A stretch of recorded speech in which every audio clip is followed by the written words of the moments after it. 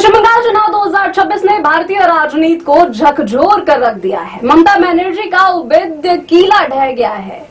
4 मई 2026 के नतीजों ने एक बड़ा राजनीतिक संकेत दिया है। 2011 से लगातार सत्ता में रही टीएमसी इस बार कमजोर नजर आई। यह सिर्फ हार या जीत की कहानी नहीं बल्कि पूरे राजनीतिक मॉडल की परीक्षा है। बंगाल की राजनीति में एक पैटर्न साफ दिखता है। 34 साल वाम शासन चला, फिर ममता बनर्जी का उदय हुआ और अब 2026 में फिर बदलाव के संकेत, यानी कि बंगाल में लंबी सत्ता के बाद बदलाव लगभग तय होता है। पिछले कुछ सालों में अभिषेक बैनर्जी टीएमसी के सबसे बड़े पावर सेंटर बनकर उभरे थे। उनकी रणनीति के 3 बड़े स्तंभ थे: targeted welfare, data driven digital campaign और युवा नेताओं को प्रमोट करना। शुरुआत में यही मॉडल टीएमसी की ताकत बना, लेकिन धीरे धीरे यही कमजोरी भी बन गया।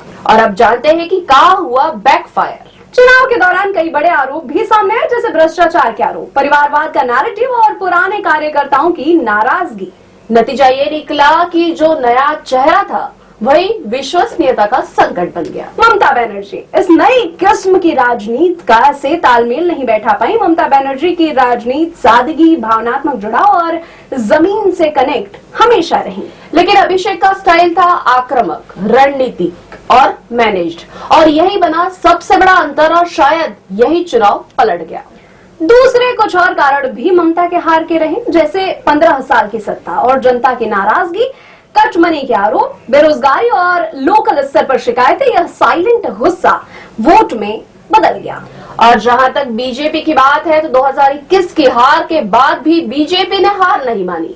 वहां चुनाव हारते ही वे अगले चुनाव की तैयारियों में जुट गए। बूथ स्तर पर काम शुरू हुआ, स्थानीय नेताओं को आगे बढ़ाया गया, मजबूत नैरेटिव सेट किया गया और अब बीजेपी वास्तविक विकल्प बनकर उभरी। 2026 में पहली बार धार्मिक नैरेटिव ने क्षत्रिय पहचान को कड़ी चुनौती दी। तो क्या ममता का करिश्मा कम हुआ? यह प्रश्न सभी की जुबान पर है। ममता बनर्जी अभी भी मजबूत नेता हैं, लेकिन इस बार कमजोर संगठन, युवाओं का दूर होना और शहरी नाराजगी भारी पड़ गई। तो अब सबसे बड़ा सवाल, क्या Abhishek Banerjee factor game changer था या बैकफायर? और क्या बंगाल में यह बदलाव स्थायी रहेगा? एक बात तो साफ है, अब सिर्फ डिजिटल रणनीति से चुनाव नहीं जीते जाते, जमीन और भावनात्मक जुड़ाव भी उतना ही जरूरी है। सबसे बड़ा सवाल अब यह है कि क्या यह बदलाव स्थायी होगा या पश्चिम बंगाल एक और राजनीतिक चक्र की ओर बढ़ रहा है। यह चुनाव सिर्फ एक परिणाम नहीं बल्कि एक संकेत है कि बंगाल में अब भावनाओं, पहचान और शासन तीनों का नया संतुलन बन रहा है। पश्चिम बंगाल 2024 का चुनाव टीएमसी के लिए हार या जीत से ज्यादा एक सीख है।